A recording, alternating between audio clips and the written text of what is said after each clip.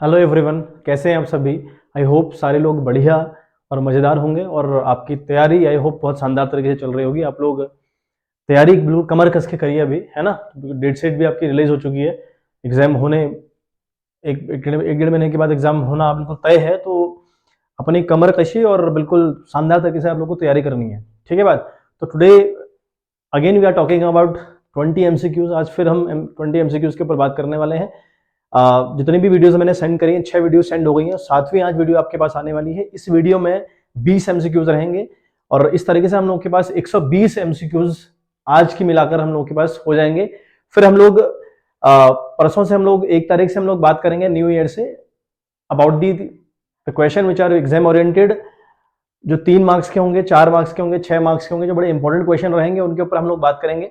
ठीक है बात। उसके रिगार्डिंग वीडियो आपको मैं पहले सेंड करूंगा कि आपको तैयारी किस तरीके से करनी है, किस तरीके से आप 95% स्कोर कर सकते हैं या फिर 95 से ऊपर आप स्कोर कर सकते हैं। उस टॉपिक के ऊपर हम लोग बात करेंगे किस तरीके से हमको पढ़ना है। फिलहाल तो हम बात कर रहे हैं सिर्फ एमसीक्यूज के ऊपर। ठीक है, चलिए स्टार्ट करते हैं हम लोग अपना आज का सेशन। तो एमसीक्यूज में पहला क्वेश्चन हम लोग को फ्लैश हो गया। पहला क्वेश्चन हमसे कहता है claim against the company not acknowledged as that's as shown under. क्या मतलब हुआ इस लाइन का? ये बात बिल्कुल सटीक सिंपल पॉइंट है, आपको याद होना चाहिए। दैट वो सारी लाइबिलिटी जिनको कंपनी एक्नॉलेज नहीं करती है डेट, मतलब कंपनी उनको डेट मानती नहीं है, वो कंपनी की डेट्स होते तो है, मतलब वो कंपनी इस तरीके से डेट्स उनको लेती नहीं कि, या ऐसा कुछ मान लीजिए कि कंपनी की जो ऐसी लाइबिलिटीज जो कुछ सालों तक तो नहीं होने वाली है बिल्कुल, है ना, बट फिर भी लाइबिलिटी के तौर पर कंपनी उसको नोट डाउन कर लेती है बैलेंस शीट के बाहर। ठीक है, ऐसी कोई चीजें हो या फिर कंपनी ने बैलेंस शीट के अंदर दिखाई हो, बट जो लाइबिलिटी अराइज नहीं होने वाली होती, जिनकी पॉसिबिलिटीज बिल्कुल जीरो होती है, उन सारी लाइबिलिटीज को कंपनी डेट ना मानकर कंटीजेंस लाइबिलिटी मानती है। तो यहाँ पर जो बी ऑप्शन है कंटीजेंट लाइबिलिटी, यानी जिस भी लाइबिलिटी को कंपनी एक्नॉलेज नहीं करती, उनको डेट लाइबिलिटी के तौर पर मानती नहीं है, उन सारी की सारी लाइबिलिटी को कंपनी डालेगी कंटीजेंट लाइबिलिटी के अंदर। ठीक है बात। तो इसका ऑप्शन नंबर 20 बिल्कुल सही हुआ। बात करें arrange the following subheads of current assets in correct order to as per the prescribed format of balance sheet of the company, यानी arrange the following subheads of current assets, current assets का जो सब head है उसको हमने arrange करना है। हमें पहला दिया है trade receivable, inventory, short term loans and advances, current investment. सारे के सारी चारों के चारे हमारी करंट एसेट्स हैं, बट इनको हमने सही वे में अरेंज करना है। सबसे पहले क्या आएगा वो बताना है, सेकंड हेड में हम क्या लिखेंगे वो बताना है, थर्ड नंबर पर क्या आएगा वो बताना है, फोर्थ नंबर पर क्या आएगा वो बताना है। करें बात। तो ये 4 चीजें आपके पास हैं, trade receivable, inventory, short term loans and advances and current investment. तो ऐसे इसको याद रखिए, जिसका जितना वजन होता है ना उनको कंपनी पहले रिकॉर्ड करती है।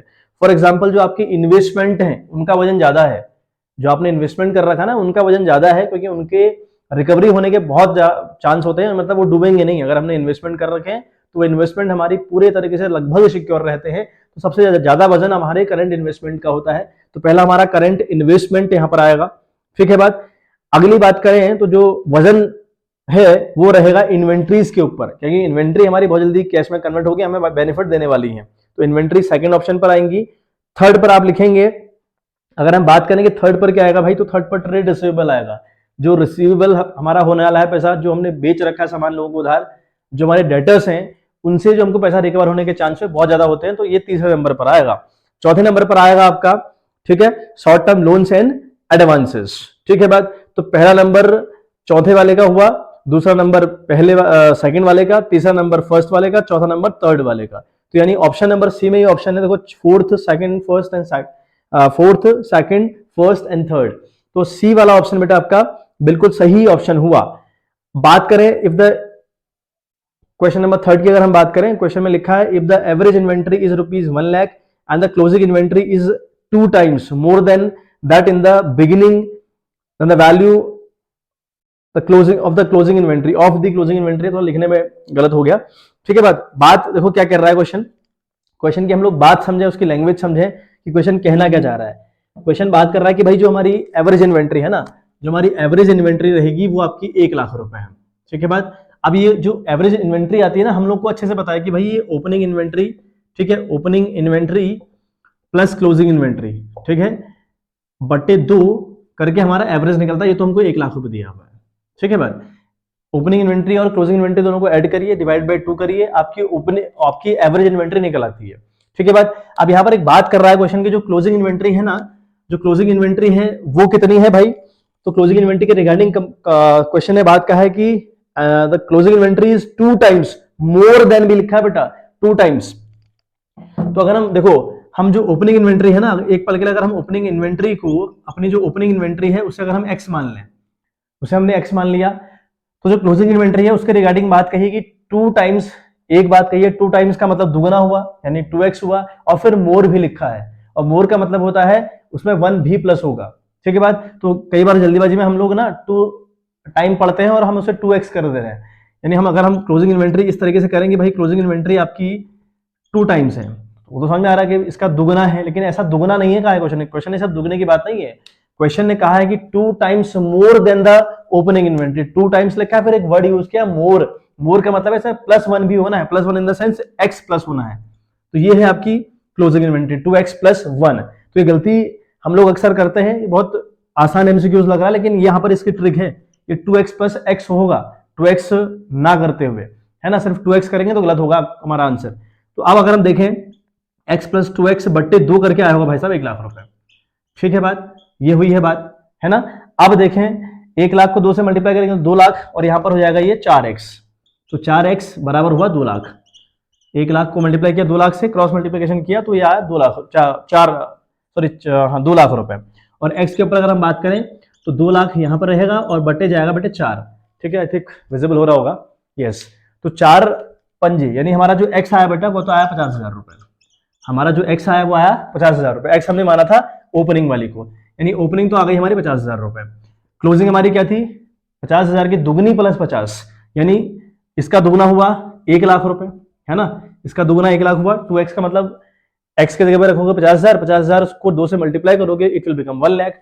1 लाख में प्लस 50,000 फिर प्लस करना है, 50,000 फिर प्लस किया, तो अल्टीमेट लेवल पर आया हमारा बच्चे 1.5 लाख रुपए। तो हमारा जो क्वेश्चन ने हमसे पूछा है ना कि भाई हमारी क्वेश्चन ने पूछा है कि क्लोजिंग इन्वेंट्री 2 टाइम्स, सब कुछ हो गया हमारा।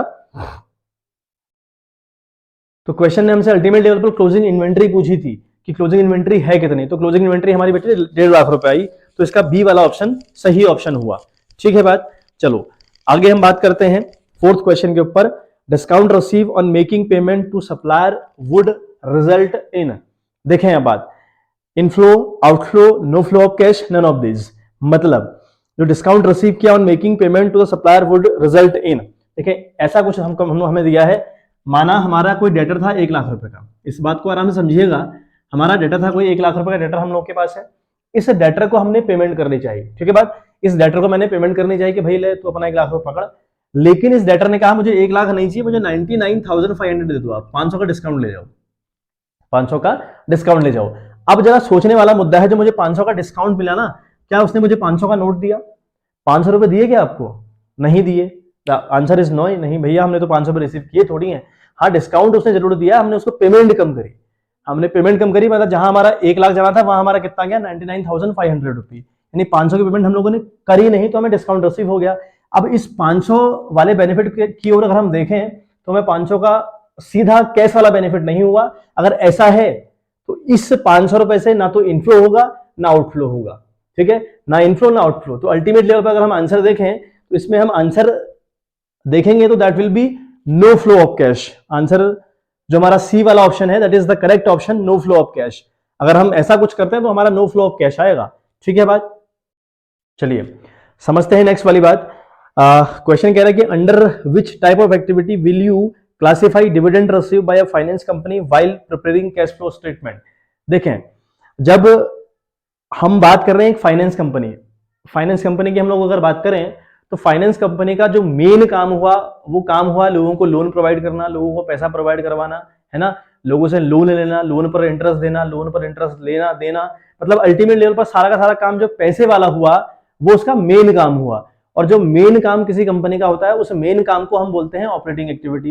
You know very well this fact कि भैया आपका जो मेन काम है that is the operating activity. अगर आप कपड़े की दुकान आपकी है तो कपड़ा बेचना खरीदना आपकी मेन एक्टिविटी, तो ये ऑपरेटिंग एक्टिविटी हुई। ऐसा ही अगर बैंक की बात करें, एसबीआई की हम बात करें तो एसबीआई का कोर काम हुआ लोन लेना लोन देना, लोगों को पैसा देना, लोगों से पैसा कलेक्ट करना, तो अल्टीमेट लेवल पैसे का जो लेन देन हुआ वो कंपनी का मेन काम हुआ।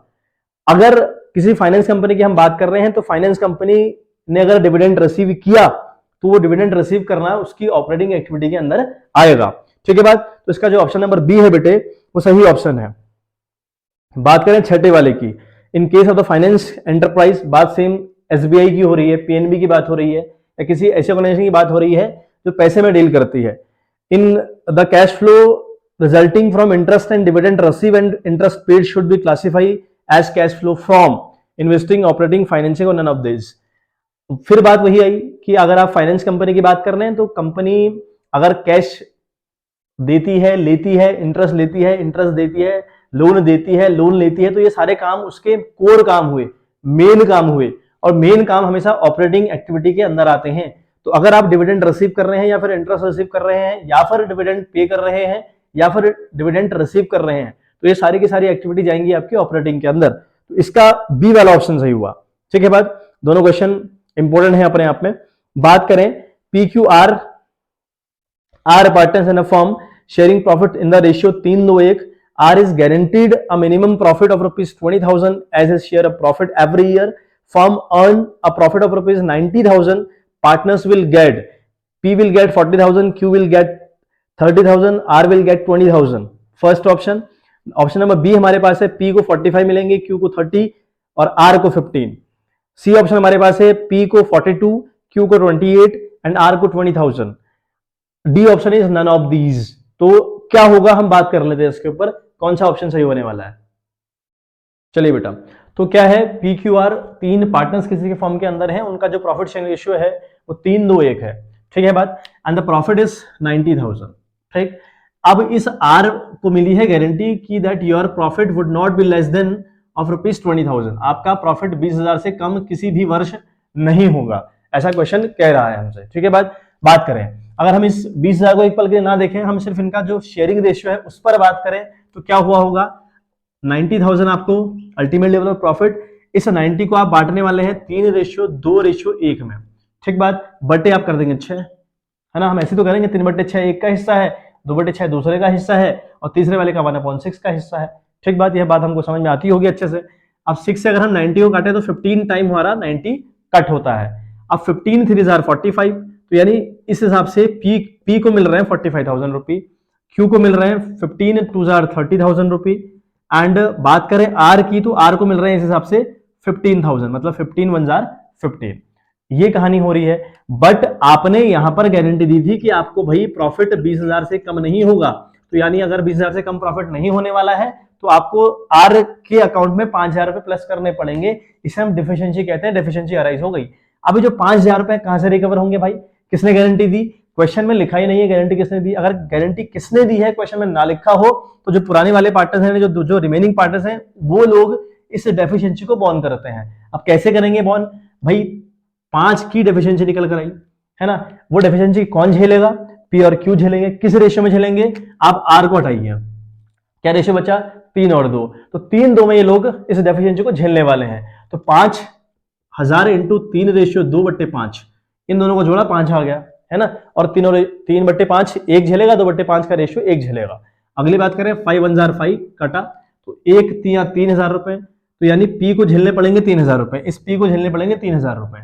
बात करें अगर हम R की तो 1 2 * 2, तो R को झेलने पड़ेंगे 2,000 रुपए, यानी इन लोगों को अपना इतना profit in favour of R sacrifice करना पड़ेगा। इसको अभी तक मिल रहे थे 45 से 3 इसको देने पड़ेंगे R को, तो इस वाले बंदे को मिलेंगे भाई 42,000 रुपए। तो पहले वाला बंदा 42,000 रुपए कमाएगा। ठीक है बात, यानी P को मिलेंगे 42,000 रुपए। बात करें Q की, तो Q को मिल रहे थे अभी तक 30,000 रुपए, लेकिन इसको 2 की डेफिशिएंसी झेलनी पड़ रही, तो इसको मिलेंगे 28,000 रुपए। ठीक है बात, और बात करें अगर R की, तो R को भाई पूरे के पूरे मिलेंगे 20,000 रुपए। ठीक है, तो जिस भी ऑप्शन में ये वाला है कि P को 42,000 मिलेंगे, Q को 28,000 और R को 20,000, वो वाला ऑप्शन आपका बिल्कुल बेटे सही ऑप्शन है। ठीक है बात, आई होप बात क्लियर हुई होगी।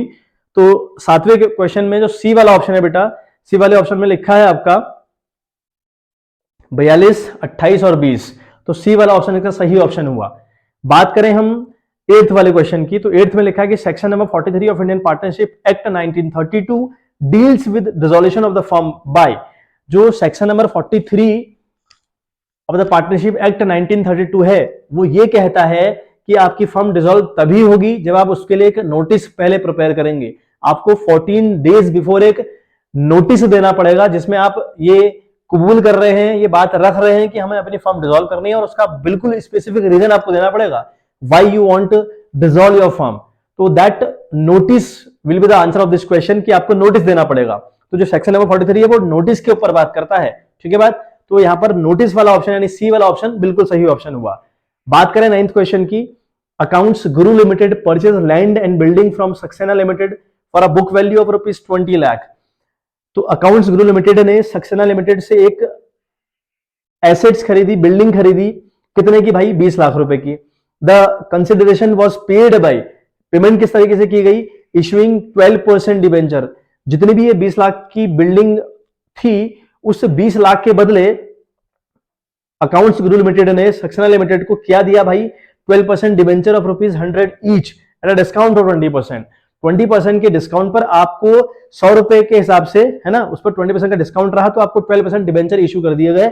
The debenture account is credited with, अब हमें यह बताना है कि डिबेंचर अकाउंट को आप कितने से क्रेडिट करने वाले हैं बच्चे, ठीक है बात, ये बात हम लोग को करनी है। चलिए समझते हैं बात। तो देखो जो लैंड एंड बिल्डिंग है ना, जो लैंड एंड बिल्डिंग की कॉस्ट हम लोग को दिखा रखी है वो कितनी है भाई? तो लैंड एंड बिल्डिंग की कॉस्ट हमें कह रहा है कि भाई 20 लाख की आपने लैंड एंड बिल्डिंग खरीदी from the Saxena limited, 20 lakh की बिल्डिंग खरीदी। अब पेमेंट किस तरीके से की गई? आपने उसको 12% के डिबेंचर इशू किया, ठीक है, जिसका प्राइस 100 रुपए था। आपने क्या करा? 100 रुपए के 12% डिबेंचर इशू किए, लेकिन 20% के डिस्काउंट पर, लेकिन 20% के डिस्काउंट पर आपने ये दिए। देखें तो 20% के डिस्काउंट पर देने का मतलब हुआ आपने अल्टीमेट लेवल पर 80 रुपए के दिए होंगे ना। जो डिबेंचर 100 रुपए के थे वो आपने 100 के ना देके 20% के डिस्काउंट पर कर दिए हैं, तो 100 का 20% हुआ 20 रुपया, तो 100 का डिबेंचर आपने पे किया होगा 80 में, ठीक है बात। अब हमारे पास ये पता करना है कि हमने डिबेंचर अकाउंट को कितने से क्रेडिट करना है, हमने डिबेंचर अकाउंट को कितने से क्रेडिट करना है। तो देखें आप क्या करेंगे, पहले तो आप ये निकालें कि हम नंबर ऑफ डिबेंचर कितने थे, आप ये निकालें कि नंबर ऑफ डिबेंचर कितने थे। अब नंबर ऑफ डिबेंचर निकालने का तरीका हुआ परचेज कंसिडरेशन, है ना, वो हुआ परचेज कंसिडरेशन अपॉन, ठीक है, अपॉन वैल्यू ऑफ डिबेंचर, या आपकी डिबेंचर की वैल्यू कितने की है, ठीक बात करें परचेज कंसिडरेशन भाई, मतलब मैंने सामने वाले का देना कितना है, तो वो कहलाता है परचेज कंसिडरेशन। तो वो आपका है 20 लाख रुपए, वो आपका है बच्चे 20 लाख रुपए, यानी परचेज कंसिडरेशन तो आपका 20 लाख रुपए हुआ। वैल्यू ऑफ डिबेंचर देखें कितने का आप डिबेंचर इशू कर रहे हैं, आप कर रहे हैं 80 रुपए का। अगर आप ऐसा 80 रुपए का है तो देखें आप करें एक बार 8 2 16 8 5 40, मतलब 25,000 डिबेंचर आप उसको इशू कर रहे हैं अल्टीमेट लेवल पर। तो 25,000 डिबेंचर आप उसको इशू कर रहे हैं, और कितने में भाई? 80 में कर रहे हैं। लेकिन आपको सामने वाले को मालिक पूरे से बनाना होता है, आपको मालिक सामने वाले को पूरे से बनाना होता है। तो जो 25,000 डिबेंचर आपने इशू की वो मल्टीप्लाइड होगा 100 रुपए से। तो अल्टीमेट लेवल पर देखें अगर हम, तो 1 2 3 4 5 यानी 25 लाख रुपए से आप डिबेंचर अकाउंट को क्रेडिट करने वाले हैं, ठीक है बात। तो आप 25 लाख वाला ऑप्शन चूज करेंगे, तो यहां पर 25 लाख वाला ऑप्शन सही ऑप्शन हुआ। तो बात करें यहां पर सी वाला ऑप्शन बिल्कुल सही ऑप्शन है बेटे, ठीक है बात। करते हैं बात 10th क्वेश्चन के ऊपर। चलिए बेटे, तो 10th वाला क्वेश्चन अगर हम देखें वहां पे लिखा है A&R partners with respective capital of ₹1,50,000 and ₹1,30,000. C comes as a new partner for 1/5 share and contribute ₹1,20,000 as his capital and necessary amount for his share of goodwill in cash.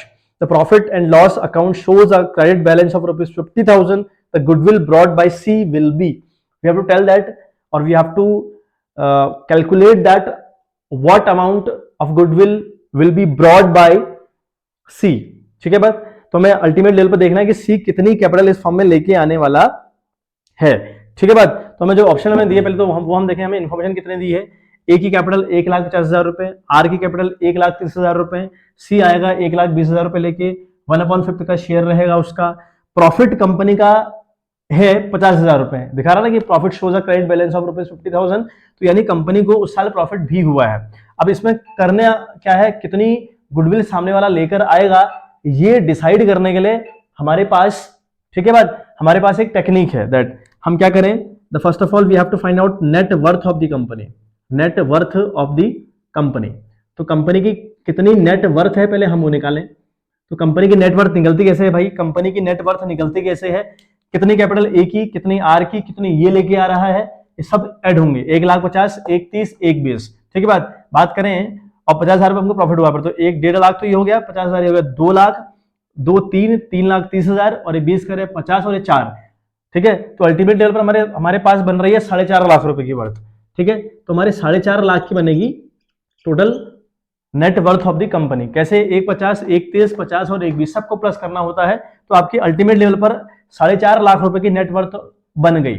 उसके बाद हम क्या करेंगे, second thing what we will do, total capital of the firm निकालेंगे। Total capital of the firm की total capital हम लोग को निकालनी पड़ेगी। और total capital of the firm निकलती कैसे है भाई, वो निकलती है, आने वाला बंदा कैपिटल निकाल लेके कितना आ रहा है, 1,20,000, ठीक है बात, कितने शेयर के लिए, 1/5 के लिए, तो 1/5 का रेसिप्रोकल आप लोग कर देंगे, तो ये हो जाएगा इस तरीके से। तो 1,20,000 को अगर हम 5 से मल्टीप्लाई करेंगे इट विल बिकम 6 लाख, ठीक है बात, ये आपकी 6 लाख बन गई।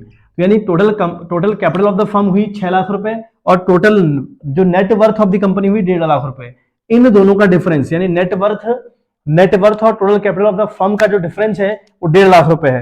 वो 1.5 लाख रुपए आपकी गुडविल रहेगी, ठीक है बात, वो 1.5 लाख आपके बच्चे गुडविल रहेगी। यानी इस कंपनी में लगभग 1.5 लाख रुपए की गुडविल है।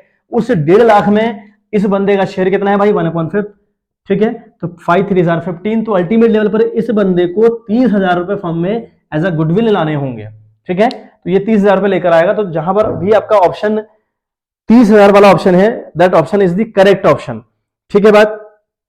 चलिए बात समझते हैं अगली वाली, है ना। तो यहाँ बी वाला ऑप्शन आपका सही ऑप्शन हुआ। आगे हम बात करें, Z is a manager in a partnership firm and is entitled to receive a salary of rupees 8,000 per month and a commission of 5% on the net profit after charging such commission.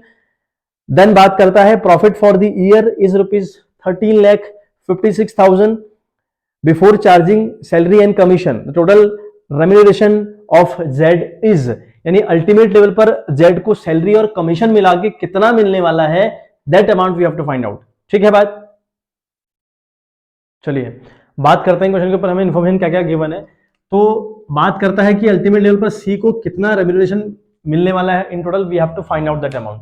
उसको मिल क्या क्या रहा है भाई, एक तो उसको सैलरी मिल रही है 8,000 रुपए पर मंथ, वो हर महीने 8,000 रुपए सैलरी लेके जा रहा है, एक बात। दूसरी बात, उसको कमीशन मिलना है 5% का नेट प्रॉफिट पर, लेकिन आफ्टर चार्जिंग सच कमीशन। तो कमीशन के रिगार्डिंग आप लोग को बात याद होगी कि 2 केस हुआ करते थे, एक बिफोर वाला और एक आफ्टर वाला। बिफोर वाले में फॉर्मूला जो था, है ना, कमीशन के रिगार्डिंग बिफोर वाला फॉर्मूला हुआ net profit multiply by rate upon 100, और आफ्टर वाले में हुआ net profit multiply by rate upon 100 plus rate. तो यहां आफ्टर वाली बात करी है, तो हम आफ्टर वाले तरीके से इसको सॉल्व करने वाले हैं, ठीक है बात। चलिए पहले तो बात करें सैलरी इन टोटल, उसको सैलरी कितनी मिल रही है। अब जो सैलरी है भाई वो 8,000 रुपए है, तो 8,000 है 12 बार, क्योंकि वो पर मंथ है, तो अगर 12 बार उसको सैलरी मिलने वाली है, ठीक है। तो 12 8 था 96, है ना, 12 8 96, तो उसको 96,000 तो सैलरी मिलने वाली है। अब सैलरी देने के बाद कितना प्रॉफिट बचेगा भाई, है ना, profit after charging salary, profit after salary कितना बचेगा हम लोग को वो देखना पड़ेगा आफ्टर सैलरी। यानी प्रॉफिट हमारे पास था भाई 13,56,000 रुपए, 13,56,000 से 96 चला गया, फिर हमें देखना पड़ेगा कितना हम लोगों के पास अल्टीमेट लेवल पर बचने वाला है। 13,56,000 माइनस 96,000, तो ये बच रहा है बेटा 12,60,000 रुपए। ये अल्टीमेट लेवल पर आ रहा है 12,60,000 रुपए। जो प्रॉफिट है सैलरी देने के बाद वो है 12,60,000 रुपए। इस प्रॉफिट पर आप उसको मिलेगा कमीशन, ठीक है बात। अब उसका कमीशन कैलकुलेट कर लेते हैं, उसका कमीशन कितना मिलने वाला है भाई, तो 12,60,000 का कमीशन हो गया प्रॉफिट, है ना, मल्टीप्लाई बाय रेट है भाई 5%, है ना, 5% उसको मिल रहा है कमीशन। और बट्टे मैंने कहा आफ्टर वाला केस होगा तो 100 प्लस 5 आप करेंगे तो यहाँ नीचे 105 हो जाएगा। तो अल्टीमेट लेवल पर हम देखते हैं कितना मिल रहा है, 12,60,000 इंटू 5 डिवाइड बाई 105, तो ये मिल रहा है बेटा 60,000 रुपए। तो 60,000 रुपए उसको ये मिल गया, ठीक है बात। तो 60,000 रुपए उसको मिला कमीशन और 96,000 मिल रही है उसको बेटा सैलरी, ठीक है। 9 6 15 और 6, तो 1,56,000 रुपए उस बंदे को इन टोटल मिल रहा है। उस बंदे को एज अ रेम्यूनरेशन मिलेगा इन टोटल 1,56,000 रुपए, ठीक है बात। तो 1,56 will be the correct option. जो भी ऑप्शन आपका 1,56 वाला है वो यहाँ पर सही ऑप्शन होने वाला है बच्चे, ठीक है बात। चलिए तो यहाँ पर हमारा जो ऑप्शन होगा बच्चे, option number D is the correct option. बात करें अगले क्वेश्चन के ऊपर, चलिए। Choose the correct order of payment of the following in case of dissolution of partnership firm. यानी फर्म जब डिसॉल्व होती है तो हम किस तरीके से पेमेंट करने वाले होते हैं उसकी बात करिए। मैं आपको एक बार फ्लैशबैक करवा दूं, जब भी हम फर्म को डिसॉल्व करते हैं तो सबसे पहले हमको थर्ड पार्टी का पेमेंट करना होता है, यानी जो भी हमारी बाहर की लाइबिलिटीज होती है उनकी पेमेंट सबसे पहले आप करेंगे। सेकंड नंबर आता है लोन का, अगर किसी पार्टनर ने लोन दे रखा है ना, तो उस लोन को हम पहले रिपे करेंगे।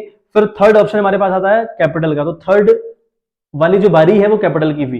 तो पहला हमने करना होता है आउटसाइडर, यानी जो बाहर के लोग हैं उनको पेमेंट करनी है।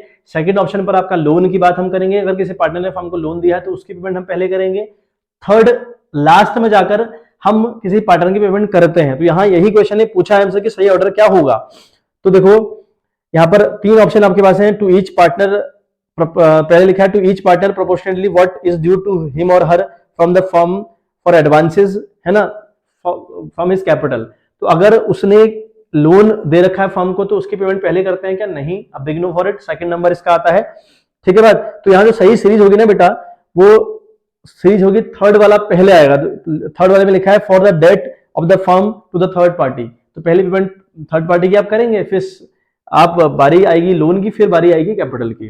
ठीक है बात। तो इस तरीके से यहाँ जो ऑप्शन नंबर सी है वो सही ऑप्शन हुआ बच्चे। थ्योरेटिकल पार्ट है पूरा का पूरा। बात करें अगले की, Vikas limited issued 40,000 11% debenture of ₹100 each at 10% premium and is to be redeemed at certain rate of premium. At the time of writing of the loss on issue of debenture, statement of profit and loss was debited with ₹2 lakh. At what rate of premium these debenture are redeemed? ये question confirm है बेटा exam में आना। तो ये किस rate पर किस रेट के प्रीमियम पर ये डिबेंचर रिडीम किए जाएंगे उसका परसेंटेज हमको बताना है, जो कि हमको दिया नहीं है, हमको निकालना है। ठीक है बात, करते हैं इसके ऊपर बात। चलिए समझें एक बारी। तो देखो कंपनी ने अल्टीमेट लेवल पर 40,000 डिबेंचर इशू किए। जो डिबेंचर 100 रुपए का था, आपने उसको 10% के प्रीमियम पर इशू किया। का मतलब क्या हुआ भाई, आपने एसपीआर से भी पैसा कमाया होगा। कितना भाई? 40,000 डिबेंचर थे, उस पर आपने 10 का प्रीमियम कमाया। क्यों? 100 का डिबेंचर था, उस पर 10% आपने प्रीमियम रिसीव किया। 100 का 10% हुआ 10 रुपया। तो यानी आपने एसपीआर 40,000 इंटू 10 के हिसाब से अगर हम देखें, 40,000 आपके डिबेंचर थे, 10 रुपये आपने कमाया उस पर एसपीआर, तो यानी आपने 4 लाख रुपए एसपीआर कमाया। ठीक बात। अब जब रिडीम किया गया तो वो प्रीमियम पर रिडीम हुआ, तो अगर रिडीम करेंगे अगर प्रीमियम पर तो आपको लॉस होगा। उस लॉस की रिकवरी हम कहां से कर सकते हैं? तो हमारे लिए फॉर्मूला है एस, ठीक है, सी पी, ठीक है, स्प्राइट, कोक एंड पेप्सी। ये तीन हमारे पास ऑप्शन है। डिस्काउंट दिया हो हमने डिबेंचर पर, या फिर हमने प्रीमियम पर उनको रिडीम किया हो, जो भी हमको लॉस रहेगी डिबेंचर के रिगार्डिंग, उनको हम इस तरीके से सबसे पहले सिक्योरिटी प्रीमियम रिजर्व से, फिर कैपिटल रिजर्व से, फिर प्रॉफिट एंड लॉस के बैलेंस से रिकवर करने का काम करते हैं। यहां पर क्वेश्चन में क्या दिया है कि जब आपने ऐसा कुछ किया, 40,000 डिबेंचर 10% प्रीमियम पर इश्यू करे, तो आपको अल्टीमेट लेवल पर ये डिबेंचर रिडीम करना है प्रीमियम पर। उस टाइम पर जो भी लॉस हुआ होगा उस लॉस की रिकवरी करी गई from the profit and loss account 2 lakh रुपए की। तो अल्टीमेट लेवल पर अगर 2 लाख रुपए आपने यहां से रिसीव किए, तो इसकी बारी तो आखिरी में आती है। तो पहले तो आपने एसपीआर यूज किया होगा, तो सोचने वाला मुद्दा है ना। पहले तो आपने एसपीआर यूज किया, फिर कैपिटल रिजर्व यूज करना चाहिए, फिर आपने प्रॉफिट यूज करना चाहिए। कैपिटल रिजर्व तो यहाँ है नहीं, तो आप अब रहा एसपीआर, तो आपने ये 4 लाख रुपए एसपीआर भी यूज किया है। इसका मतलब 4 लाख यहां से रिकवर किया, जब नहीं हो पाया तब आपने प्रॉफिट एंड लॉस अकाउंट को कहा कि भाई 2 लाख मुझे दे दे। तो अल्टीमेट लेवल पर मुझे जहां तक हमें समझ में आ रहा, तो भाई ये हमें अल्टीमेट लेवल पर 6 लाख का लॉस होने वाला है at the time of redeem, at the time of redemption. तो 6 लाख का लॉस हुआ। अब हम निकालें परसेंटेज ऑफ प्रीमियम, है ना। परसेंटेज ऑफ प्रीमियम निकालने का तरीका क्या था? कितने आपको लॉस हुई अपॉन कॉस्ट प्राइस क्या था, है ना, कॉस्ट प्राइस क्या था, मल्टीप्लाई बाय 100, इससे परसेंटेज निकालने का ये तरीका हुआ। लॉस हमको अल्टीमेट लेवल पर 6 लाख की लॉस हुई। ठीक है बात। कॉस्ट प्राइस की अगर हम बात करें, 40,000 डिबेंचर 100 रुपए के, है ना, 40,000 डिबेंचर 100 रुपए के, तो अल्टीमेट लेवल पर 40 लाख रुपए की बात हुई। 40 लाख की बात हुई, मल्टीप्लाई बाई 100 हम करेंगे, तो 3 जीरो से ये 3 जीरो कैंसिल, इस 2 जीरो से ये 2 जीरो कैंसिल आपके हुए, है ना। अल्टीमेट लेवल पर ये आपका कैंसिल हुआ, तो 15 4 60, तो अल्टीमेट लेवल 15% का आपको लॉस होने वाला है ना। या फिर 15% के प्रीमियम पर आप इन वाले डिबेंचर को रिडीम करने जा रहे हैं। ठीक है बात। तो यहाँ पर जो ऑप्शन नंबर 15 वाला जो भी ऑप्शन होगा आपका, जहां पर 15% लिखा है बच्चे, that option is the correct option, यानी डी वाला ऑप्शन यहां पर करेक्ट हुआ। बात करते हैं अगले वाले क्वेश्चन की। Rachna limited issued 40,000 10% debenture of ₹100 each at 6% discount and were to be redeemed at a certain rate of premium. At the time of writing of loss on issue of debenture, statement of profit and loss was debited with ₹4,40,000. At what rate of premium these debenture are redeemed? Same कहानी है कि रचना limited ने कुछ 40% के debenture issue किए, है ना, और 6% के डिस्काउंट पर वो इशू किए गए, है ना, और were to be redeem at a certain rate of premium. तो अल्टीमेट लेवल पर कुछ प्रीमियम पर वो उनकी पेमेंट करी जाएगी। तो हमें अल्टीमेट लेवल पर ये निकालना है कि हमने कितने परसेंट के प्रीमियम पर उनको रिडीम किया है। ठीक है बात, सेम क्वेश्चन हुआ। चलिए क्वेश्चन समझते हैं एक बारी। तो देखो 40,000 डिबेंचर इशू किए गए, 100 का वो डिबेंचर था, लेकिन आपने वो डिबेंचर इशू किया 6% के डिस्काउंट पर। ठीक बात। अब उसके बाद वो रिडीम होगा eight a certain percentage of premium. ठीक है, मतलब प्रीमियम पर उसको वो रिडीम किया जाएगा, लेकिन उस रिडीम करने का परसेंटेज कितना होगा, या रिडीम करते वक्त किस प्रीमियम पर किया जाएगा, उसका परसेंटेज क्या होगा, क्वेश्चन में गिवन नहीं है। अगर ऐसा है तो हमको निकालना पड़ेगा। उसके लिए हमको ये पता होना चाहिए कि प्रीमियम पर रिडीम करते वक्त आपको अल्टीमेट लेवल पर प्रीमियम के थ्रू रिडीम करने में लॉस कितने का हुआ। वो लॉस निकालने का तरीका देखो क्या हुआ। आपने प्रॉफिट एंड लॉस से रिकवरी करी है 4,40,000 रुपए की।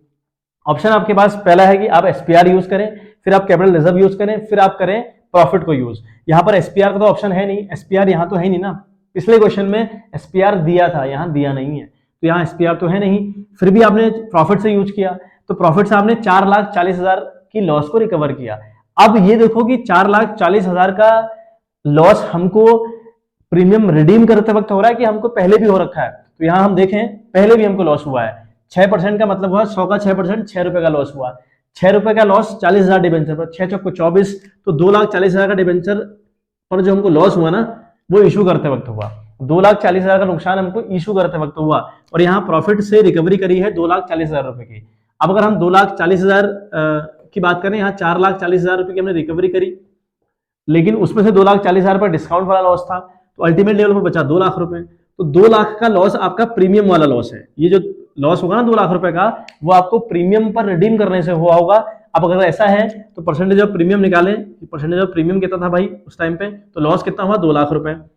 लॉस हम लिखे 2 लाख रुपए upon cost price. Cost price का मतलब क्या हुआ, कितने डिबेंचर कितने का, 100 रुपए का डिबेंचर था भाई, 40 लाख रुपए आएगा। 40 लाख ये करा, मल्टीप्लाई बाय हमने किया 100। ठीक है भाई। अब देखें अल्टीमेट लेवल पर क्या हो रहा है। 3 जीरो से ये 3 जीरो कैंसिल, 2 जीरो से ये 2 जीरो कैंसिल, इससे ये कैंसिल। ठीक है, अभी बचा अल्टीमेट लेवल 20, तो 4 5 जार 20, तो 5% इसका सही आंसर हुआ।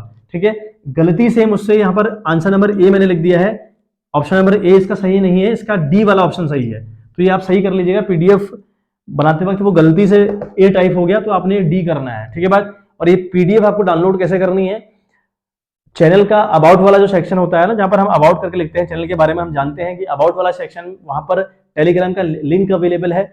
टेलीग्राम के लिंक पर आप क्लिक करें, और उस लिंक पर क्लिक करते ही आपको टेलीग्राम का चैनल ओपन हो जाएगा। वहां पर सारी की सारी ये पीडीएफ अवेलेबल है, तो पीडीएफ आप वहां से डाउनलोड कर लीजिएगा। ठीक है बात। चलिए, तो इस क्वेश्चन में आप ध्यान रखिएगा कि जो ए वाला ऑप्शन है वो ए ना होकर वो डी वाला ऑप्शन सही है। इसका 5% वाला आंसर बिल्कुल सही आंसर हुआ। बात करते हैं 15th वाले क्वेश्चन की। Rishabh limited took over assets of ₹24,60,000 and liabilities of ₹4,60,000 रुपए of JCB limited at an agreed value of ₹22 lakh, payable ₹5,08,000 by bank draft and balance by the issue of 9% debenture of ₹100 each at a premium of 20%. ठीक है बात। The number of debenture issued by Rishabh Limited to settle the above transaction is, option number 1 है 13,800, 14,200, 14,100, 14,600 रुपए, not रुपए। तो कितने आपने debenture issue किए इस डील को खत्म करने में, ये हमको बताना है बच्चे। ठीक है बात। चलिए समझें एक बारी बात। तो क्या हुआ देखो, ऋषभ लिमिटेड ने एसेट्स खरीदी 24,60,000 रुपए की, लाइबिलिटीज खरीदी 4,60,000 रुपए की। आगे लिखा है परचेज कंसिडरेशन हुआ 22 लाख रुपए का, यानी डील खत्म हुई है 22 लाख रुपए। ये कितनी खरीदी, आप अगर हमें परचेज कंसिडरेशन साफ साफ दे दिया है, तो ये जो वैल्यूज है ना, ये दो वैल्यू हमारे किसी काम के नहीं है, इनसे हमारी बात खत्म। ठीक बात। आगे कहता है कि जो 22 लाख की अल्टीमेट लेवल पर डील हो रखी है, उस डील को 5,80,000 का बैंक ड्राफ्ट देकर किया गया, बाकी डिबेंचर इशू किए गए। अब हम देखें तो परचेस कंसिडरेशन कितने का निकला अल्टीमेट लेवल पर, 22 लाख रुपए आपने सामने वाले के देने थे, ठीक बात। आपने क्या करा, 580 का उसको बैंक ड्राफ्ट पकड़ा दिया, बाकी डिबेंचर इशू कर दिए, तो हमने 5,80,000 यहाँ से लेस कर लिया, 5,80,000 रुपये लेस कर लें तो अल्टीमेट लेवल पर आपके पास बचता है 2 और यहाँ रहता है 11, 6 5 11 और यहाँ पर 1, तो 16,20,000 की डील अभी बाकी रहती है। तो जो बाकी डील है 16,20,000 रुपए की, that will be called purchase consideration. अब नंबर ऑफ डिबेंचर अगर निकालने हो, नंबर ऑफ डिबेंचर इशू कितने किए, तो भाई परचेस कंसिडरेशन कितने का है, 16,20,000 रुपए का, तो आप लिखे 16,20,000 रुपए का परचेस कंसिडरेशन है। अपॉन फेस वैल्यू कितनी है भाई इसकी, 100 रुपए इसकी फेस वैल्यू है, ठीक बात। अब ये कितने परसेंट के प्रीमियम पर किया गया वो एक मुद्दा हुआ, ठीक है बात। तो यहाँ पर प्रीमियम हुआ 20 रुपए का, तो 100 प्लस 20 120 हुआ, 120 से आप 16,20,000 को डिवाइड करिए, आपका आंसर आता है 13,500। 13,500 वाला ऑप्शन यहाँ पर सही ऑप्शन हुआ, ठीक है बात। तो इस तरीके से हम निकालेंगे नंबर ऑफ डिबेंचर इशूड, ठीक बात। चलिए बात करते हैं अगले क्वेश्चन के ऊपर कि अगला क्वेश्चन हमसे क्या कह रहा है। A, B and C were partners sharing profit and losses in proportion of 3/8, 1/8, 1/2 and 1/8, sorry. And A retire and surrender 1/3 of her share in favor of B and remaining in favor of C. The gaining ratio of the partners is 2:1, 1:2, 1:1। ठीक है बात। हमें बताना है कि भाई सही ratio क्या होंगे, और या जो सरेंडर वाला रेशियो रहा, जो सैक्रिफाइस वाला रेशियो रहा, वो कितना होगा, हमें ये बताना है, ठीक है बात। देखिए समझे क्वेश्चन एक बारी। ए बी सी तीन पार्टनर है किसी फर्म के अंदर, ए का जो रेशियो है वो 3/8 का है, बी का 1/2 का है, सी का 1/8 का है, ठीक है बात। आगे बात करता है कि ए ने बी के फेवर में 1/3 सरेंडर किया, ठीक है बात। अब 1/3 तो इसने सरेंडर कर दिया ए के फेवर में। अब बात करें कि ए ने सी के फेवर में कितना सरेंडर किया होगा, देखो 1/3 दिया ना इसने ए को, 1/3 दिया। अल्टीमेट लेवल पर इसके पास होगा तो एक है ना, तो होगा एक इसके पास शेयर, इसके पास एक ही तो होगा, उसमें से इसने 1/3 बी को दे दिया। अब हम ये जानना चाह रहे हैं कि इसने सी को कितना दिया। अब यहाँ पर 1/3 में कुछ ऐसा आप प्लस कर दें कि 1 आ जाए, तो अगर मैं यहाँ 2/3 प्लस करूंगा ना तो 1 आ जाएगा मेरा। कैसे, 2 और 1 3 हुआ, और बट्टे 3 तो है ही है, तो 3 से 3 कटेगा, 1 आएगा। तो अल्टीमेट लेवल पर इसने अगर 1/3 ए ने बी को दिया है तो 2/3 इसने सी को दिया होगा, कंफर्म 2/3 इसने इसको दिया। अब क्वेश्चन ने पूछा कि भाई इनका सैक्रिफाइस रेशियो, तो ये था आपका 1/3, एक ए ने बी के फेवर में किया और सी के इसमें किया 2/3, तो यानी जो इनका गेनिंग था, गेनिंग रेशियो था कितना भाई, तो गेन रहेगा आपका 1:2 का, 1:2 का इनका गेन रहेगा। तो that 1:2 is the correct option in this question, ठीक है बात। तो बी वाला ऑप्शन इसका सही ऑप्शन हुआ। बात करें अगर हम 17th वाले क्वेश्चन की, लिखा है dash account is an extension of profit and loss account, यानी प्रॉफिट एंड लॉस अकाउंट के बाद जो भी अकाउंट बनता है ना, that is the extension of profit and loss account.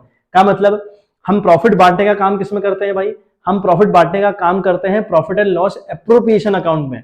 अगर ऐसा है तो that profit and loss appropriation account is the extension of profit and loss account, ठीक है बात। तो इसका जो ऑप्शन नंबर ए है बच्चे, वो बिल्कुल सही ऑप्शन है, ठीक है बात। चलिए 18वें क्वेश्चन के लिए हमें, 18वें और 19वें क्वेश्चन के लिए हमको एक केस स्टडी सॉल्व करनी है। तो देखें केस स्टडी के अंदर लिखा क्या है वो हम एक बार समझ लें, ठीक है बात।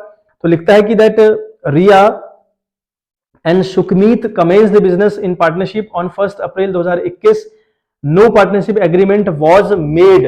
बहुत इंपॉर्टेंट लाइन है कि इनके बीच में कोई भी पार्टनरशिप एग्रीमेंट नहीं बना हुआ है, ठीक है बात। वेदर ओरल और रिटर्न दोनों नहीं है। They contributed ₹4 lakh and 1 lakh respectively as capital. इन लोगों ने 4 लाख एंड 1 लाख रुपए कंट्रीब्यूट किया as a capital. In addition Riya ने फर्म को एडवांस दिया 2 लाख रुपए का as a loan to the firm on 1 October 2020। Date फिर हाईलाइटेड है, आप डेट आपने याद रखनी है। Riya met with an accident, Riya का एक्सीडेंट हुआ 1 जुलाई 2021 को, and could not attend the business up to the September 30 2021। तो कुछ महीने ये बिजनेस को ज्वाइन नहीं कर पाई, बिजनेस के अंदर काम नहीं कर पाई। The profit for the year ended 31 March 2022 amounted ₹50,000। Profit firm को अल्टीमेट लेवल पर 50,000 रुपए हुआ before charging interest on Riya's loan. Riya के लोन पर इंटरेस्ट चार्ज करने से पहले जो प्रॉफिट कंपनी का था दैट वाज 50,000 रुपए। Dispute have arisen between them on sharing the profit of the firm. दोनों के बीच में डिस्प्यूट हुआ, आर्ग्यूमेंट हुए। आर्ग्यूमेंट में क्या है, रिया क्लेम करती है दैट कि she should be given interest at the rate 10% per annum on capital and so also on loan. Riya कहती है कि मुझे कैपिटल पर 10% का इंटरेस्ट देना चाहिए और लोन पर भी 10% का इंटरेस्ट देना चाहिए, जबकि हमने ऊपर देखा, केस स्टडी पढ़ी, ऑब्जर्व करी, कहीं कोई बात नहीं लिखी थी regarding the interest on capital, regarding the interest loan. अगर ऐसा होता है तो भाई अगर डीड साइलेंट हो तो इंटरेस्ट ऑन कैपिटल, सैलरी, कोई कमीशन नहीं आपको दिया जाएगा, बिकॉज डीड में है ही नहीं ऐसा। ठीक है बात। रही बात लोन पर कितना इंटरेस्ट दें, अगर डीड साइलेंट हो, वी नो वेरी वेल कि 6% का इंटरेस्ट ऑन लोन दिया जाता है। In place of this 10% will provide her 6% interest on loan. तो इसका जो पूरा आर्ग्यूमेंट है बिल्कुल बेतु की बात कर रही है, ये नहीं हो सकता। Profit should be distributed in proportion of the capital, capital के प्रोपोर्शन में प्रॉफिट को डिस्ट्रीब्यूट करना चाहिए, ऐसा रिया का क्लेम है। ऐसा भी नहीं होगा। अगर पार्टनरशिप डीड साइलेंट है, the profit will be distributed among the partners equally, we know very well. Sukhmeet की क्लेम है नेट प्रॉफिट शेयर इक्वली की इक्वल बांटो प्रॉफिट को, बिल्कुल सही बात है, बांट दिया जाएगा। She would be allowed remuneration of rupees 4,000 रुपए per month during the period of Riya's illness. Riya जब बीमार थी वो कह रही है कि मुझे भाई क्या चाहिए, सैलरी चाहिए उस पीरियड की, तो आपको सैलरी नहीं दे सकते क्योंकि डीड में लिखा नहीं है, नहीं मिल सकती। Interest on capital and loans should be given 6% per annum. Interest on capital 6% देना चाहिए, लोन पर 6% इंटरेस्ट देना चाहिए, ऐसा सुखमीत का क्लेम है। तो इंटरेस्ट लोन पर 6% बिल्कुल दिया जाएगा क्योंकि डीड साइलेंट है, लेकिन कैपिटल पर आपको इंटरेस्ट हम नहीं दे सकते। ठीक है बात। आई होप पूरी बात समझ में आ गई होगी। 18वां क्वेश्चन अभी कहता है the amount payable to Sukhmeet as remuneration, यानी सुखमीत को कितना रेम्यूनरेशन मिलना चाहिए। सुखमीत को रेम्यूनरेशन नहीं मिलेगा, क्यों? क्योंकि भाई डीड में लिखा ही नहीं है। अगर डीड में लिखा नहीं है तो आपको रेम्यूनरेशन नहीं मिलेगा, आपको सैलरी नहीं मिल सकती। तो इसका आंसर हुआ नन ऑफ दीज। ना तो 12 मिलेंगे, ना 24 मिलेंगे, ना 4 मिलेंगे, आपको कुछ नहीं मिलेगा। तो नन ऑफ दीज। बात करें 19 वाले क्वेश्चन की, रियाज शेयर ऑफ डिविजिबल प्रॉफिट, रिया का प्रॉफिट में कितना शेयर होगा, that will be the amount हमें बताना है। ठीक है बात। अब हमको भाई ये पता है कि जो फर्म है उस फर्म को प्रॉफिट होता है कितने का भाई, 50,000 रुपए का। फर्म को प्रॉफिट हुआ 50,000 रुपए का, हमको ये तो बहुत अच्छे से पता है कि 50,000 का प्रॉफिट फर्म को हुआ पड़ा है। ठीक है बात। 50,000 रुपए के रिगार्डिंग कोई बात करी नहीं, क्वेश्चन है कैसे बटेगा, तो हमको पता है इक्वली बढ़ता है, तो 25 एक को मिलने चाहिए, 25 एक को मिलने चाहिए। लेकिन रिया ने 2 लाख का फर्म को लोन भी दिया है, रिया ने फर्म को 2 लाख का लोन भी दे रखा है, और 2 लाख पर 6% का इंटरेस्ट रहेगा। तो अगर हम 6% का इंटरेस्ट निकालें तो आएगा 12,000 रुपए। लेकिन उसने देखो लोन दिया कब है, वो डेट देखो लोन दिया कब है, उसने लोन दिया है 1 अक्टूबर को। तो अक्टूबर, नवंबर, दिसंबर, जनवरी, फरवरी, मार्च, सिर्फ 6 महीने, 6 महीने का इंटरेस्ट उसको दिया जाएगा। 6/12 किया तो यह आया बेटा आपका 6,000 रुपए। ठीक है बात, यह आया आपका 6,000 रुपए। तो 6,000 रुपए इंटरेस्ट ऑन लोन रिया को देना चाहिए था, बट दिया नहीं है। तो प्रॉफिट से ये 6,000 रुपए डिडक्ट करिए, आपका बचेगा 44,000 रुपये। आपका बचेगा 44,000 रुपये, इंटरेस्ट आपको देना कंपलसरी हुआ। 44 बढ़ जाएगा आधा आधा दोनों में, तो 22 एक को मिलेगा और 22 दूसरे को मिलेगा। तो जो ये पूछ रहा है कि रिया का शेयर क्या होगा प्रॉफिट में, तो बेटा वो तो होगा 22,000 रुपए। ठीक है बात। तो बी वाला ऑप्शन इसका सही ऑप्शन हुआ। आगे बात करता है, a company forfeited 4,000 share of ₹10 each on which application money of ₹3 per share has been paid. Out of these share 2,000 share were reissued as fully paid up and ₹4,000 has been transferred to the capital reserve. Calculate the rate at which these share were reissued. आपने क्या करा, company ने 4,000 share forfeit किए, ठीक है, जिन पर ₹3 की payment आ चुकी थी। इन शेयर को फोरफिट कर लिया गया, इनमें से 2,000 शेयर रीइश्यू कर दिए गए। रीइश्यू करते टाइम आपने 4,000 रुपए कैपिटल रिजर्व में ट्रांसफर किए, ठीक है बात। लेकिन आपने कितने में रीइश्यू किए ये नहीं बताया, ये आपको पता करना है कि हमने अल्टीमेट लेवल पर कितने में रीइश्यू किया। ठीक है बात, चलिए समझते हैं बात एक बारी। देखें तो क्या हुआ, आपने 4,000 डिबेंचर फोरफिट किए, उन पर ₹3 फोरफिट किए, तो 4 3 12,000, यानी आपने अल्टीमेट लेवल पर 12,000 रुपए फोरफिट किया। फिर आप क्या करते हैं, आप इन 4,000 शेयर में से 2,000 शेयर बच्चे रीइश्यू करते हैं, ठीक, रेशियो कितने में करते हैं ये तो हमको नहीं पता, लेकिन हमें ये पता है रेशियो करते वक्त आपने कैपिटल रिजर्व में 4000 रुपए डाला हुआ है। अब आपने रेशियो कितने में किया है ये आपको बताना है बच्चे। देखें, हमने 4000 शेयर पर मारा 3 रुपए, मतलब हर एक शेयर पर 3 रुपए मारा हम लोगों ने, एक शेयर का 3 रुपए हुआ। तो जब आप 2000 शेयर रेशियो करने जा रहे हैं तो आप 2000 इंटू 3 करेंगे तो आप 6000 रुपए को यूज कर सकते हैं। आप 6000 रुपए को यूज कर सकते हैं रेशियो करते वक्त। अगर रेशियो करते वक्त लॉस होती है तो इन 6000 से रिकवर करिए, नहीं अगर होती तो 6 का 6 आप डाल दीजिए कैपिटल रिजर्व में। लेकिन आपने ऐसा नहीं किया, आपने 6000 थे आपके पास अल्टीमेट लेवल पर, तो आपने 4000 रुपए कहां डाल दिए, कैपिटल रिजर्व में डाल दिए। ठीक बात। अब अगर ऐसा है तो इसका ये मतलब है कि आपको रेशियो करते वक्त 2000 का लॉस हुआ होगा, कितने शेयर पर, 2000 शेयर पर, तो 2000 से डिवाइड भी कर दीजिए।